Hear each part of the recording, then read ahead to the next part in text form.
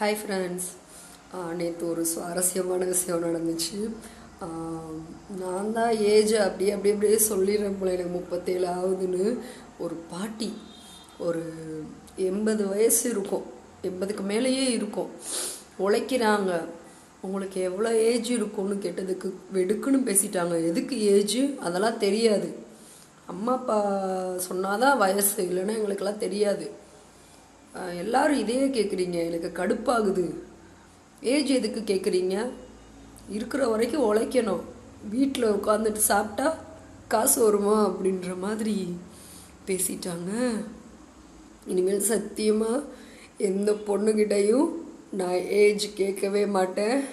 அந்த பாட்டியம்மா என்னை ரொம்ப வஞ்சிட்டாங்க.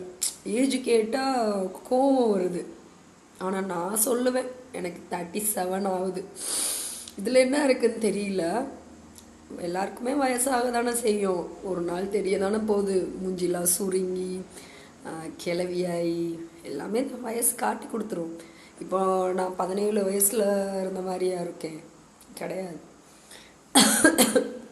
37 வயசில் எப்படி இருக்கணுமோ அப்படி தான் இருக்கேன். இந்த பாட்டியம்மா ஏன் கோவப்பட்டாங்கன்னே தெரில. ஏண்டா வாயை கொடுத்தோம் அப்படின்ற மாதிரி. இனிமேல் யார்ட்டையுமே ஏஜ் கேட்காதீங்க, கோவப்பட்டுருவாங்க. ஓகே.